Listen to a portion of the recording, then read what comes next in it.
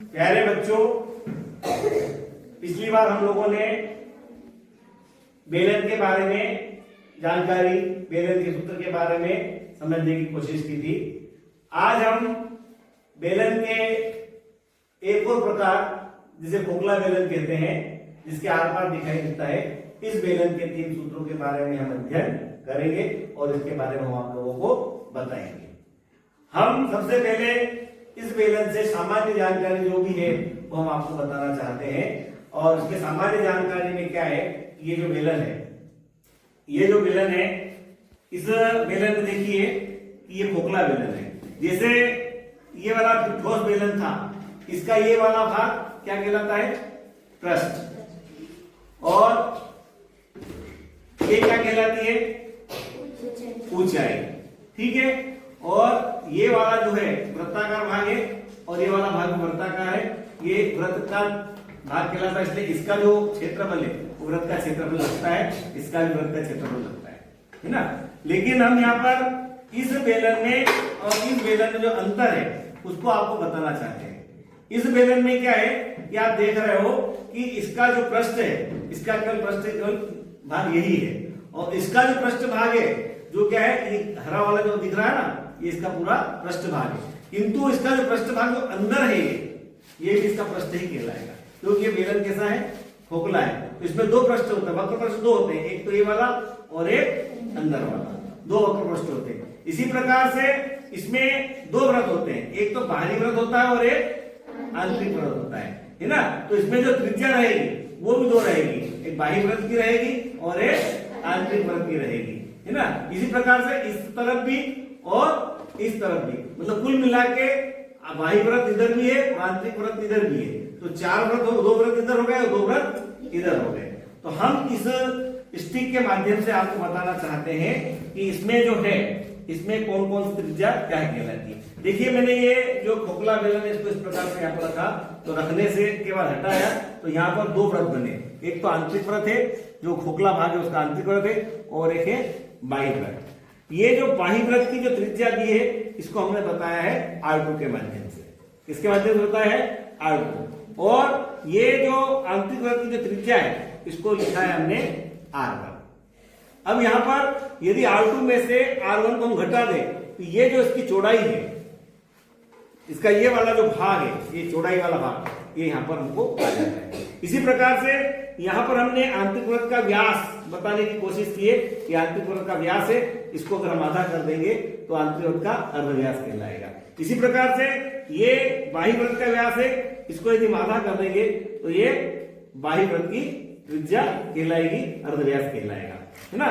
तो ये तो इसकी सामान्य जानकारी थी। और ये मैंने आपको जो बताया ये पृष्ठ के बारे में, इसका यदि हमको वक्र पृष्ठ ज्ञात करना हो, वक्र पृष्ठ ज्ञात करने के लिए इसका ये जो बाहरी भाग है इसको हम इस प्रकार से खोल के बता सकते हैं। ये वाला भाग है जो पूरा ग्रीन लगा हुआ है ना, ये इसका वक्र पृष्ठ हुआ। इसको अगर हम यहाँ से काट के इस प्रकार से चौड़ा करेंगे तो आयत के आकार का हो जाएगा। तो एक तो ये वाला पृष्ठ और एक ये अंदर जो लगा हुआ है, अंदर है ना, ये वाला वक्र पृष्ठ। इस प्रकार से 2 वक्र पृष्ठ को यदि हम जोड़ दें तो खोखले बेलन का वक्र पृष्ठ का सूत्र बन जाता है।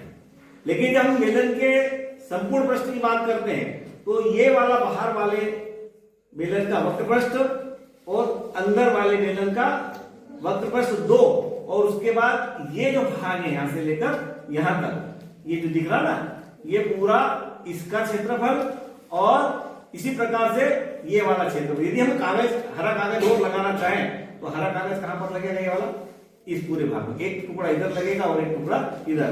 तो इसका जो टुकड़ा यहां लगेगा वो इधर लगेगा, वो बाहर का प्रश्न लगा वो, और अंदर का जो प्रश्न लगा वो, इस प्रकार से सब मिलाकर क्या बनेगा, इस खोखले बेलन का संपूर्ण पृष्ठ बनेगा। इसी प्रकार से यदि हम आयतन की बात करें तो आयतन में क्या होगा, तो मैंने जैसे बेलन में बताया था इसमें कितना पानी आ सकता है, इसकी धारिता क्या है। इसी प्रकार से जब हम यहाँ पर इसको अगर इस प्रकार से यहाँ रख दें, इस बेस पे रख दें, आधार पे रख दें, तो इसमें जो पानी आएगा वो इसकी जो मोटाई है इसके कारण इसमें पानी कम आएगा।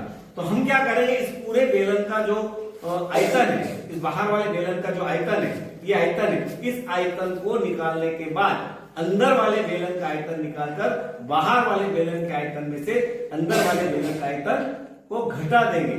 इससे क्या प्राप्त होगा, हमको क्या प्राप्त होगा, इस आंतरिक भाग का आयतन यानी कि खोखले बेलन का आयतन हमें प्राप्त हो जाएगा। तो ये थी इस बेलन से संबंधित सामान्य जानकारी। अब हम इसके जो 3 सूत्र हैं, खोखले बेलन का आयतन, खोखले बेलन का वक्र पृष्ठ और खोखले बेलन का संपूर्ण पृष्ठ, वो जो 3 सूत्र है, ये जो हमारे सूत्र बने हैं, ये हमारे ठोस बेलन का आयतन पाई आर वर्ग एच, ठोस बेलन का वक्र पृष्ठ 2 पाई आर एच और ठोस बेलन का संपूर्ण पृष्ठ 2 पाई आर कोष्टक आर प्लस एच से ही बने हैं। तो आपको यदि आपको इस बेलन की जानकारी नहीं है तो आप क्या कर सकते हैं कि मेरा जो पिछला वीडियो है बेलन पार्ट 2, उसे एक बार देख लीजिए, अच्छे से देख लीजिए, ताकि आपको इस ठोस बेलन के जो सूत्र है उसकी जानकारी अच्छे से हो जाए, ताकि आपको ठोस बेलन के सूत्र समझने में आसानी रहे। इसलिए आज मैं आप लोगों को पुनः बोल रहा हूं कि मेरे पिछले वीडियो को आप देखकर आप उससे इस ठोस बेलन के जो 3 फार्मूले हैं, 3 सूत्र है, उसको अच्छे से अध्ययन कर ले। उसके बाद अब मैं आपको बता रहा हूं खोखले बेलन के सूत्र, जो कि इस ठोस बेलन के सूत्र से ही बने हैं। प्यारे बच्चों, ये जो बेलन है, ठोस बेलन, इसका आयतन का सूत्र हमने पिछले वीडियो में बताया था। इसका आयतन का सूत्र है पाई आर वर्ग एच। अब हम जानना चाहते हैं इस खोखले बेलन का आयतन। क्या जानना चाहते हैं? खोखले बेलन का आयतन। तो अब मैंने आपको बताया कि इस बेलन में कितने आयतन है, कितना, मतलब एक बाहर का पृष्ठ और एक अंदर का पृष्ठ, है ना। तो इसका जो आयतन का जो रहेगा, इस बाहर वाले बेलन के आयतन में से अंदर वाले बेलन का आयतन यदि हम घटा दें तो इस खोखले बेलन का आयतन आ जाएगा। तो हम इसमें क्या करेंगे कि जो बाहर वाला जो बेलन है, इसका जो सूत्र लिखेंगे वो लिखेंगे पाई आर वर्ग एच, लेकिन यहां पर जो आर वर्ग लिखा है तो इसमें 2 त्रिज्या है, तो बाहर वाले बेलन की जो त्रिज्या है वो क्या है, R2। तो हम यहां पर क्या लिख देंगे, R2। फिर दूसरे बेलन का भी हम ये लिखेंगे, घटाना है, फिर लिखेंगे पाई आर वर्ग एच, लेकिन इसकी त्रिज्या जो है उस त्रिज्या को हमने क्या नाम दिया है, R1। इसमें हम क्या लिखेंगे यहाँ पर, R1, और इससे बनेगा आपका खोखले बेलन का आयतन का सूत्र। अब खोखले बेलन का आयतन का सूत्र कैसे बनेगा, अब यहाँ पर देखिए पाई यहाँ पर भी है और पाई यहाँ पर भी है, तो हम इस पाई को क्या करेंगे, कॉमन ले लेंगे, यानी कि बाहर ले लेंगे। एच यहाँ पर भी है, एच यहाँ पर भी है, तो इस एच को हम कॉमन ले लेंगे। अब कोष्टक के अंदर लिखेंगे क्या बचा है वो, तो हम देखते हैं कि यह कोष्टक में क्या बचा है, R2 का वर्ग ऋण R1 का वर्ग। इस प्रकार से इसका बेलन का आयतन का सूत्र हो जाएगा पाई एच कोष्टक R2 का वर्ग माइनस R1 का वर्ग। ये हो जाएगा आपका खोखले बेलन का आयतन। ठीक है, तो अभी हमने बेलन, खोखले बेलन का आयतन का सूत्र देखा। अब हम चाहते हैं कि खोखले बेलन का वक्र पृष्ठ का सूत्र जानने की कोशिश करते हैं। मैंने पहले ही बताया आपको कि बेलन का, खोखले बेलन का वक्र पृष्ठ जो रहेगा, इसका जो बाहरी पृष्ठ है, इसका वक्र पृष्ठ, और जो आंतरिक पृष्ठ है, आंतरिक बेलन है ये वाला, है ना, ये इसका वक्र पृष्ठ, दोनों को यदि हम जोड़ दें तो ये जो क्या हो जाएगा, पूरे खोखले बेलन का वक्र पृष्ठ हो जाएगा। तो पहले हम बाहरी बेलन का वक्र पृष्ठ का जो सूत्र है, हम बेलन के वक्र पृष्ठ का सूत्र हमने इस पे लिखा हुआ है 2 पाई आर एच, है ना। क्या लिखा हुआ है, 2 पाई आर और एच, लेकिन यहां पर भी बाही में आर लिखेंगे, इसके हम, इसकी जो त्रिज्या है वो क्या है, R2 है, यहां नीचे क्या लिख देंगे अपन, R2 लिख देंगे। इसी प्रकार से जो दूसरा जो बेलन है ना, इसका जो पृष्ठ है उसको हम क्या लिखेंगे, वो सूत्र तो वही रहेगा, 2 पाई आर एच, लेकिन इसकी जो त्रिज्या है इसको हमने क्या लिखा है, R1 लिखा है, ये आंतरिक है। इस प्रकार से ये जो लिखा है ये बाहरी बेलन का वक्र पृष्ठ, और ये जो अंदर है ये आंतरिक पृष्ठ है इसका। इसमें इसको हम क्या करेंगे, जोड़ देंगे। क्या कर देंगे? जोड़ देंगे। तो इससे जो बनेगा वो इस बेलन का, खोखले बेलन का वक्र पृष्ठ पूरा आ जाएगा। ठीक है, तो हम इसको बनाते हैं। देखिए यहां पर 2 है, पाई है, यहां पर भी 2 और पाई है, तो हम यहां पर लिख देंगे 2 पाई को बाहर ले लेंगे। अब यहां पर भी एच है और यहां पर भी एच है, तो इस एच को भी हम बाहर ले लेंगे। तो अंदर कोष्टक में क्या बचेगा? क्या बचेगा? R2 और प्लस क्या बचेगा? R1।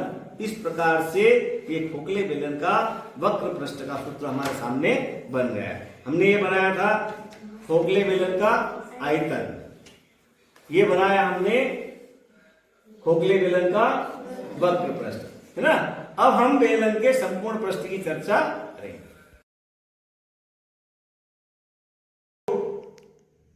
देखिए हमने संपूर्ण पृष्ठ का सूत्र निकालने के लिए थोड़ा सा जगह का परिवर्तन किया है, क्योंकि इसका जो सूत्र है थोड़ा सा बड़ा है। और संपूर्ण पृष्ठ के बारे में मैं आपको बता देना चाहता हूं कि संपूर्ण पृष्ठ में क्या होगा कि ये जो बाहर वाला बेलन का जो बाही भाग है, इसका पूरा संपूर्ण इसका वक्र पृष्ठ, फिर जो अंदर वाला जो है ना बेलन, इसका वक्र पृष्ठ, और ये जो वृत्ताकार पूरा इसका बेलन का जो बड़ा वाला जो वृत्त है उसका क्षेत्रफल, और ये जो छोटा वाला वृत्त जो अंदर के बेलन का जो वृत्त है इसका क्षेत्रफल, यानी कि इस बड़े वाले क्षेत्रफल में से छोटे वाले वृत्त का क्षेत्रफल को हम घटा देंगे। तो कुल मिला के क्या होगा, वक्र पृष्ठ ज्ञात करने के लिए हमको, संपूर्ण पृष्ठ ज्ञात करने के लिए हमको इस बाहर वाले बेलन का वक्र पृष्ठ में अंदर वाले बेलन का वक्र पृष्ठ को जोड़ देंगे, और उसके बाद जो बाहर वाले बाही वृत्त है इसका क्षेत्रफल, है ना, और ये छोटा वाला वृत्त है इसका क्षेत्रफल, बाही वाले वृत्त के क्षेत्रफल में से बाहर वाले वृत्त के क्षेत्रफल को हम घटा देंगे और उसको जोड़ देंगे। अब इसमें एक बात और ध्यान रखने की है कि इसमें ये जो है बाहर वाले जो वृत्त है ये एक इधर भी आता है और एक इधर भी आता है, 2 है ना, 2 है, तो हमने इसके आगे 2 लिखा है। ये भी हमारे 2 वृत्त है और ये भी 2 है, तो हमने इस वृत्त के क्षेत्रफल में से इस वृत्त का क्षेत्रफल घटाया और यहाँ पर हमने 2 लिखकर उसको अलग से दर्शा दिया है। अब तुम्हें पता है कि हमने यहाँ पर जो बाहर वाले वृत्त की जो त्रिज्या मानी है वो हमने कितनी मानी है, यहाँ पर देखिए हमने माना है इसको R2, और अंदर वाले वृत्त की त्रिज्या क्या माना है, R1। तो ये बात को हम ध्यान रखते हुए हम इसको हल करने की कोशिश करते हैं, है ना। तो संपूर्ण पृष्ठ ज्ञात करने के लिए पहले वाले का वक्र पृष्ठ यानी कि बाहर वाले का, इसका वक्र पृष्ठ क्या हुआ, 2 पाई r h। चूंकि बाहर वाले वृत्त की जो त्रिज्या है उसको हमने कितना लिखा है, 2, तो हम क्या लिख देंगे, 2 पाई r2 h। फिर इसी प्रकार से जो दूसरा वृत्त है उसका जो वक्र पृष्ठ रहेगा, दूसरा जो अंदर का बेलन है ना, बाहर वाले बेलन का वक्र पृष्ठ हुआ 2 पाई r h, और इसको हमने त्रिज्या 2 ली है। इसी प्रकार से जो अंदर वाला जो बेलन है उसका वक्र पृष्ठ ज्ञात करने के लिए हम क्या करेंगे, सूत्र तो वही रहेगा, 2 क्या रहेगा, बोलो, पाई r h, लेकिन यहां पर क्या रहेगा, यहां पर इसकी त्रिज्या क्या रहेगी, r1। इसी प्रकार से हम जब बात करते हैं पहला वाला जो वृत्त है बड़ा वाला, है ना, इसका क्षेत्रफल, है ना, फिर 2 का तो हमने इसलिए गुणा किया है क्योंकि 2 है इस प्रकार के ना, 2 है, 2 वृत्त है हमारे पास, इसलिए 2 का पहले से गुणा कर दिया हमने। तो 2 लिखने के बाद पहले वाले वृत्त का क्षेत्रफल आएगा हमारा पाई r वर्ग, और यहां पर r क्या है हमारा, 2, त्रिज्या 2 है। इसी में से फिर दूसरे वाले वृत्त का क्षेत्रफल ज्ञात करेंगे, तो ये दूसरे वाला वृत्त मतलब ये है ना, और उस बड़े वाले वृत्त में से छोटे वाले वृत्त का क्षेत्रफल को हम घटा देंगे, तो इसका जो क्षेत्रफल आएगा वो आएगा पाई r वर्ग, और ये इसकी त्रिज्या क्या रहेगी, 1। ठीक है, इस प्रकार से ये दोनों हमारा पूरा वक्र संपूर्ण पृष्ठ हो जाएगा। पहले वाले का वक्रपृष्ठ, दूसरे वाले का वक्रपृष्ठ और पहले वाले वृत्त का क्षेत्रफल में से दूसरे वाले वृत्त का क्षेत्रफल घटा के उसको दुगना कर देंगे, तो ये हमारा सूत्र बन जाएगा। अब देखिए यहाँ पर क्या है कि यहाँ पर 2 पाई यहाँ पर भी है, 2 पाई यहाँ पर भी है और 2 पाई मानेंगे इसको, क्योंकि 2 का अंदर गुणा यहाँ पर भी होगा और 2 का गुणा यहाँ पर भी होगा, तो यहाँ भी हम मानेंगे यहाँ पर भी 2 पाई है और यहाँ पर भी 2 पाई है। तो जो सब में रहता है उसको हम क्या करते हैं, कॉमन ले लेते हैं। तो हम यदि यहाँ पर 2 पाई को कॉमन ले लेते हैं, किसको कॉमन ले लेते हैं, 2 पाई को, तो अंदर क्या बचता है यहाँ पर R2 और H, फिर प्लस यहाँ पर भी 2 पाई बाहर आ गया, तो अंदर क्या बचा R1 और H। ठीक है, ये अब यहाँ पर भी हमारा 2 पाई बाहर आ गया है, आ गया ना, 2 पाई बाहर आ गया, तो यहाँ क्या बचा है हमारे पास प्लस